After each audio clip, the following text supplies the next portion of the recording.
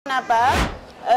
Setelah kami mitra dengan kain tenun, maka peserta didik itu lebih banyak kami mengenalkan, memberikan pembelajaran itu tentang bagaimana mendesain sebuah baju dari kain tenun, sehingga memang seperti kain tenun kemudian kami desain untuk menjadi sebuah baju atau jas ini dari sini. Kemudian selain itu kami juga melihat peluang pada saat pandemi, kami mengajarkan juga bagaimana cara membuat masker. Ya, sehingga dari perpaduan ini maka beliau memberikan arahan kepada para penenun agar membuat motif layang-layang, ya, sehingga sesuai dengan penerbangan layang-layang pertama itu sesuai dengan yang ada di Liang Kabori, juga ada di tenunan. Ya, kemudian tenunan ini itu dimodifikasi dari berbagai macam, ada juga dalam bentuk shawl.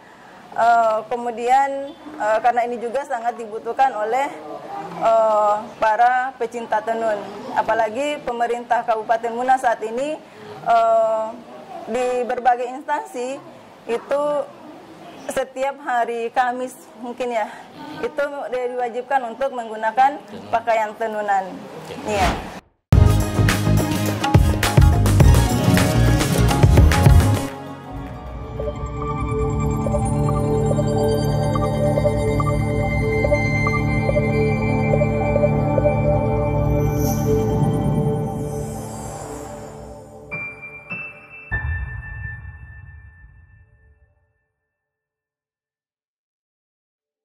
Perjalanan kita hari ini, kita sudah berada di Kota Raha, Kabupaten Muna, Provinsi Sulawesi Tenggara. Kebetulan tadi kita baru saja berbagi banyak cerita, berbagi inspirasi dengan teman-teman UMKM di Kabupaten Muna yang menjadi binaan Rumah BUMN PLN Muna. Ini dalam tajuk Saatnya UMKM Bangkit dan Naik Kelas. Kebetulan hari ini kita sudah bersama dengan yang pertama itu Ibu Musdalifah ini yang menjadi ketua Rumah BUMN PLN Muna. Terus yang kemudian Ibu Guru, Bu Rosnawia Ogo yang sebagai owner lah, yang membangun lembaga Saradipa. Terus yang kemudian ada dari Liang Kabori, Bu Hertina, Bu Hertin yang akan menjelaskan soal produknya mereka masing-masing. Mungkin pertama mungkin saya mulai dulu dari Ibu Ros. Mungkin Bu bisa dijelaskan ke kita, dikasih gambaran soal lembaga Saradipa ini seperti apa, terus yang kemudian apa yang awalnya menginspirasi sehingga lembaga ini dibentuk, dan sampai saat ini apa saja yang menjadi basis atau fokus usaha atau kerja-kerja dari lembaga ini. Silakan. Terima kasih Bang Jae. Saya sangat berterima kasih sekali, bersyukur bahwa hari ini kita bertemu Bang Jae untuk menginspirasi kita dalam hal pelaksanaan UMKM. Saya di sini selaku pimpinan lembaga kursus dan pelatihan Saradipa Raha. Lembaga kami ini bergerak di bidang keterampilan perempuan, yaitu tata busana, kemudian tata kecantikan, kemudian tata boga. Nah, awal berdirinya lembaga kami ini adalah terinspirasi dari melihat kebutuhan masyarakat di Kabupaten Muna, khususnya di mana keterampilan ini sangat dibutuhkan oleh masyarakat. Yang kemudian kami melaksanakan kursus-kursus, yaitu kursus tata busana, menjahit, kursus tata kecantikan, mulai dari kecantikan rambut, kecantikan wajah, dan pedikur medikur. Kemudian kursus tata boga. Nah, selama lebih kurang lembaga kami ini berdiri tahun 2010 dan kemudian kami memperoleh akreditasi B. Disinilah kami berkembang, yaitu melaksanakan kursus menjahit yang sampai dengan saat ini 2000 setelah pandemi kami tutup. Setelah pandemi kami mulai mengenal BUMN PLN Muna, kami mulai bergabung. Di saat itu lagi kami mulai eksis. Nah, kemudian bahwa lembaga kursus kami ini sesungguhnya dari output kami ini lebih kurang 95% adalah output dari lembaga kursus Saradiva yang bergerak di 3 bidang keterampilan ini. Alhamdulillah bahwa dengan berdirinya lembaga keterampilan kami ini, UMKM jasa konveksi ini sudah mulai berkembang di Kabupaten Muna sampai dengan saat ini. Jadi kami memang terinspirasi dari, memang basic saya, latar belakang saya adalah memang sarjana ekonomi, tetapi saya adalah lulusan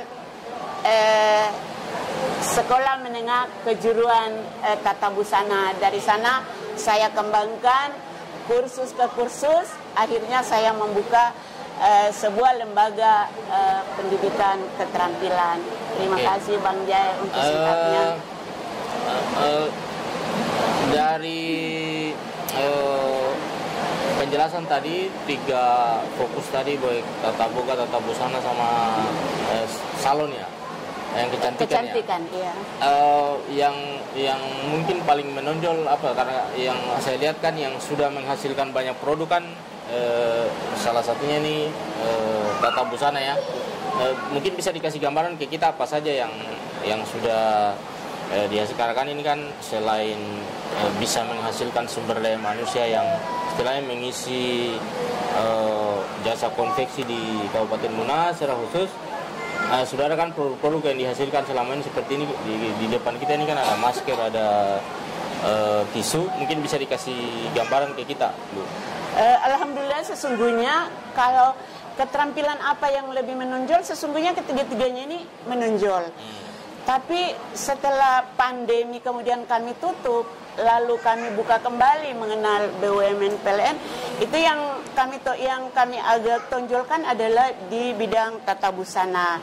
Iya, karena kenapa? Setelah kami mitra dengan kain tenun, maka peserta didik itu lebih banyak kami mengenalkan, memberikan pembelajaran itu tentang bagaimana mendesain sebuah baju dari kain tenun, sehingga memang seperti kain tenun kemudian kami desain untuk menjadi sebuah baju atau jas ini dari sini. Kemudian selain itu kami juga melihat peluang pada saat pandemi, kami mengajarkan juga bagaimana cara membuat masker, karena pada saat pandemi masker ini sangat dibutuhkan oleh masyarakat, sehingga ini menjadi penghasilan bagi peserta didik kami. Juga seperti tempat tisu tas kami juga ajarkan, karena ini adalah limbah-limbah buangan dari penjahitan ini. Jadi untuk berbicara mana yang lebih menonjol, karena memang tata busana ini lembaga kami adalah diberikan SK, surat keputusan, oleh lembaga sertifikasi uji kompetensi pusat, yang pada saat itu pimpinannya adalah Ibu Indra Bambang. Ya, SK-nya kami terima di Palu, waktu itu Hari Aksara Internasional. Sehingga memang yang kami lebih tonjolkan adalah di bidang kursus menjahit. Jadi bagi mereka yang ingin memperoleh sertifikat tata busana yang level nasional dan bertaraf internasional di lembaga kami, karena logo sertifikat yang dikeluarkan oleh LSK Pusat itu berlogokan lambang burung Garuda. Jadi untuk bekerja ke luar negeri itu sudah bisa diterima, tetapi harus mengikuti uji kompetensi level 3. Jadi untuk sementara Pak Jae, yang kami output yang ada di kami itu baru level 2. Iya, jadi baru level 2, nanti setelah level 3 baru bisa digunakan sertifikat itu untuk bekerja ke luar negeri. Jadi begitu Bang Jai. Iya, makasih Bang Jai. Dari gambaran tadi soal tenun, ini kan kebetulan kita sudah ada juga ini Bu Hertina yang kira-kira dia di Farlin yang Kabori Community yang tentu bisa memberikan gambaran ke kita juga soal salah satu produk unggulan beliau ini di Liang Kabori itu soal tenun dengan motif layang-layang. Mungkin Bu Hertina bisa kasih kita juga gambaran soal apa yang menginspirasi sehingga karena kan sebetulnya motif tenun di Kabupaten Muna ini kan beragam, mulai dari motif kelor, motif daun jarak dan lain sebagainya. Ini kan motif layang-layang ini termasuk berbeda. Mungkin kita bisa diceritakan soal apa yang pertama menjadi inspirasi, terus yang kemudian sampai sejauh ini sudah sampai di mana misalnya produk yang dihasilkan. Ya. Bismillahirrahmanirrahim. Assalamualaikum warahmatullahi wabarakatuh. Waalaikumsalam. Ya, jadi produk tenun kami yang bermotif layang-layang ini dibawa bimbingan dari Bapak Farlin, berdiri sejak tahun 2021. Ya. Pak Farlin waktu itu membuat terobosan dengan motif layang-layang ini karena banyak tenunan yang bermotif beda, dengan beda-beda motif, hanya tidak ada yang bermotifkan layang-layang. Beliau berpikir layang-layang ini pertama kali muncul di dunia itu adanya di Liang Kabori, ya, menurut sejarah seperti itu, sehingga kemudian ditelusuri awal mulanya penerbangan layang-layang itu seperti apa. Ternyata itu dari para petani, ya, sehingga waktu itu petani antara suami istri, suaminya berkebun, kemudian istrinya menenun, ya, seperti itu, sehingga di sela-sela waktu di waktu istirahat, suaminya menerbangkan layang-layang, kemudian istrinya sambil menenun, ya, setelah menyelesaikan pekerjaan-pekerjaan yang lainnya. Nah, ini akan menambah penghasilan bagi keluarga itu sendiri. Di samping hasil kebunnya juga diperjualbelikan, juga istrinya bisa membuat penghasilan lewat tenunan. Ya, sehingga dari perpaduan ini maka beliau memberikan arahan kepada para penenun agar membuat motif layang-layang. Ya, sehingga sesuai dengan penerbangan layang-layang pertama itu sesuai dengan yang ada di Liang Kabori, juga ada di tenunan. Ya, kemudian tenunan ini itu dimodifikasi dari berbagai macam, ada juga dalam bentuk syal.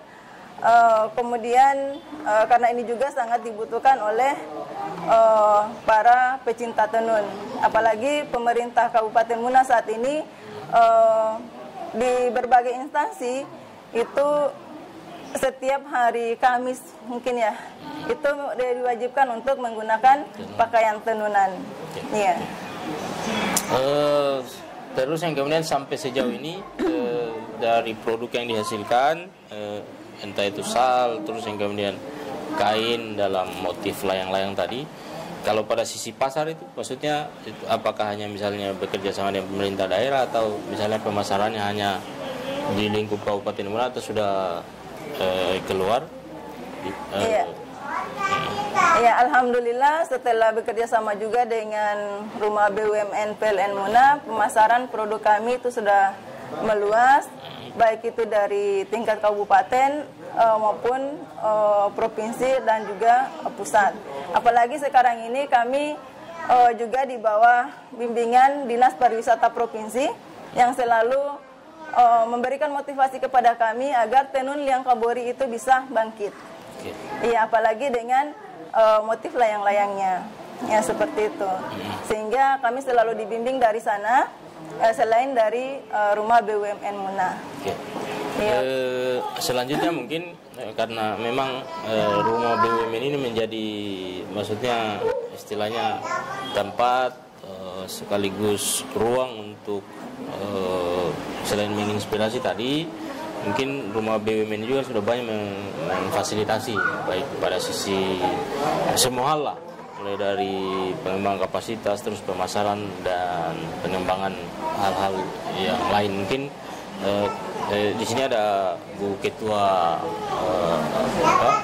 rumah BUMN PLN Muna, Bu Mus ini yang mungkin bisa memberikan gambaran ke kita juga soal apa yang sudah dilakukan itu rumah BUMN PLN Muna pada sisi pengembangan, entah itu pengembangan modifikasi tenunan tadi maupun istilahnya pengembangan produk yang disampaikan di Bu Ros tadi soal jahitan tenunan ini. Mungkin indikasi gambaran ke kita. Terima kasih Bang Jai. Alhamdulillah, wa syukurillah, rumah BUMN PLN Muna ini didirikan itu tahun 2020. Jadi untuk binaan sendiri itu kami kurang lebih sudah sekitar 500-an dari beberapa kategori. Salah satunya tenunan. Dan yang saat ini kita hadirkan di sini ada owner dari Saradiva. Kebetulan beliau ini sebagai motivasi bagi para pelaku UMKM, karena beliau ini saat ini sudah menjadi icon centernya Taspen Mandiri. Jadi bagi para pensiunan di luar sana yang sekiranya habis pensiun bingung ngapain lagi, ya jadi dengan di bawah bimbingannya Bu Rosnawi Ogo sebagai owner Saradiva itu memberikan motivasi kepada yang para pensiun, bisa bisa kursus atau bisa belajar di Saradiva untuk mendapatkan ilmu, baik itu dari tata busana, tata boga dan kecantikan. Dan kebetulan juga kita Kabupaten Muna ini harus bersyukur bahwa kita harus berbangga ini Kabupaten Muna. Kita sudah memiliki satu lembaga tempat tempat uji kompetensi. Dan ini untuk di Sulawesi Tenggara cuma ada tiga ya. Iya. Salah satunya kita di Muna, Kendari dan Konawe. Ya, seperti itu. Jadi makanya bagi di luaran sana yang sekiranya pengen untuk membuka peluang usaha dari tiga kategori tadi ini, mungkin bisa langsung ke Saradiva. Karena di Saradiva sendiri ilmunya itu memang benar-benar ini terakreditasi ya Bu ya. Ya, jadi sertifikat yang dikeluarkan dari Saradiva ini itu sudah bisa dipakai dalam dan di luar negeri, Bang Jai, seperti itu. Terus tadi nyambung ke Parlian Layang-Layang Community, Ibu Hertina, kebetulan beliau adalah Ibu Kepala Desa Liang Kabori. Pas awal muasalnya saya ketemu beliau, Pak Kades ya, awalnya itu ke rumah BUMN, di mana di sana itu kan sebenarnya kenapa harus layang-layang ya, pertanyaan itu kan, kenapa harus layang-layang? Karena dunia saja mengakui bahwa penemu pertama kali layang-layang itu adanya di Cina. Tetapi setelah hasil penelitian ya dari Rusia dan teman-teman ini, itu rupanya penemu pertama kali layang-layang itu adanya di Liang Kabori, Bang Jai. Dasar itulah saya coba untuk menginspirasi kepala desa, kenapa tidak menjadikan desa Liang Kabori ini sebagai desa layang-layang? Karena dasarnya di dinding goa Liang Kabori itu terdapat orang menenun, ya. Dan di desa Liang Kabori itu penemu pertama kali layang-layang. Dan alhamdulillah dari 2021 desa Liang Kabori sudah mendapatkan HKI dari Kementerian Bang Jai. Jadi bagi teman-teman yang memakai motif layang-layang harus melapor dulu sama ketua kelompoknya Parlin Kabori layang-layang. Mungkin itu dari saya, Bang Jai. Ya. Terima kasih.